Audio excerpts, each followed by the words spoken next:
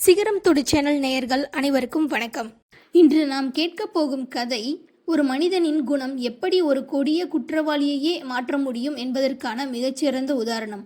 பொதுவாக திருடன் வந்தால் நாம் பயப்படுவோம், கத்துவோம் அல்லது சண்டையிடுவோம். ஆனால் ஒரு கூர்மையான வாளுடன் தன் முன்னே நின்ற திருடனிடம் ஒரு ஜென் குரு காட்டிய அந்த அமைதியையும் கருணையையும் அந்த திருடனின் வாழ்க்கையை தலைகீழாக மாற்றியது. அது எப்படி? வாருங்கள், திருடனை துறவியாக்கிய குருவின் இந்த மெய்சிலிர்க்க வைக்கும் கதையை கேட்போம். கதை சொல்லும் நான் பானுப்பிரியா.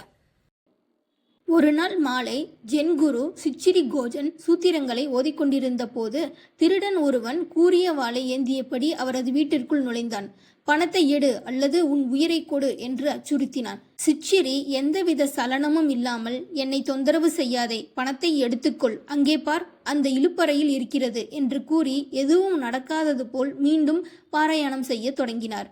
இவ்விதமான சற்றும் எதிர்பாராத எதிர்வினையால் திருடன் திடுக்கிட்டான். ஆனாலும் தன் வேலையை தொடங்கினான்.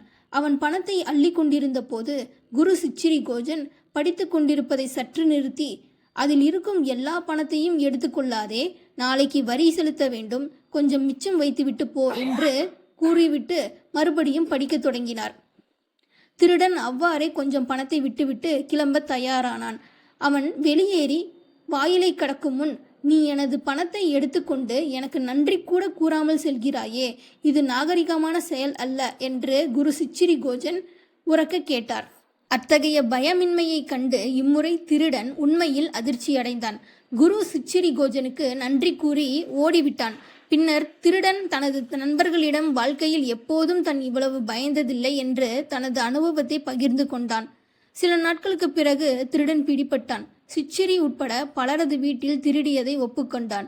குரு சிச்சிரி கோஜனை சாட்சியாக அழைத்து விசாரித்த போது, இல்லையே, இந்த நபர் என்னிடமிருந்து எதையுமே திருடவில்லை, நான் தான் விருப்பப்பட்டு அவருக்கு என் பணத்தை கொடுத்தேன், அவர் எனக்கும் நன்றி தெரிவித்தார் என்று கூறினார். திருடன் மனம் நெகிழ்ந்தான். அவன் செய்த தவறுக்கு வருந்தினான். அதற்கு பரிகாரம் செய்ய முடிவெடுத்தான். அவன் சிறையிலிருந்து வெளியே வந்ததும் குரு சிச்சிரி கோஜனிடம் சீடரானான்.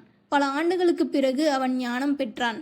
நண்பர்களே, நாமும் நம் வாழ்வில் சில நேரங்களில் பிறரை தவறுதலாக ஜட்ஜ் செய்து விடுகிறோம். ஆனால் ஒருவருக்கு இன்னொரு வாய்ப்பு கொடுத்து பார்த்தால் ஒருவேளை அது ஒரு புதிய மனிதரை படைக்கக்கூடும். தண்டனை ஒருவனை முடக்கலாம், ஆனால் அன்பு மட்டுமே ஒருவனை மாற்றும். வெறுப்பினால் மாற்ற முடியாத எத்தனையோ மனிதர்களை ஒரு சிறு அன்பும் கனிவான சொல்லும் மாற்றிவிடும் என்பதற்கு இந்த ஜென் கதையே சாட்சி. இந்த கதை உங்களுக்கு பிடிச்சிருந்ததுன்னா லைக் பண்ணுங்கள். இந்த கதையை பற்றின கருத்துக்களை எங்களுக்கு கீழே கமெண்ட் பாக்ஸில் தெரியப்படுத்துங்க. இதுபோல் மீண்டும் ஒரு நல்ல கதையோடு சந்திப்போம். நன்றி.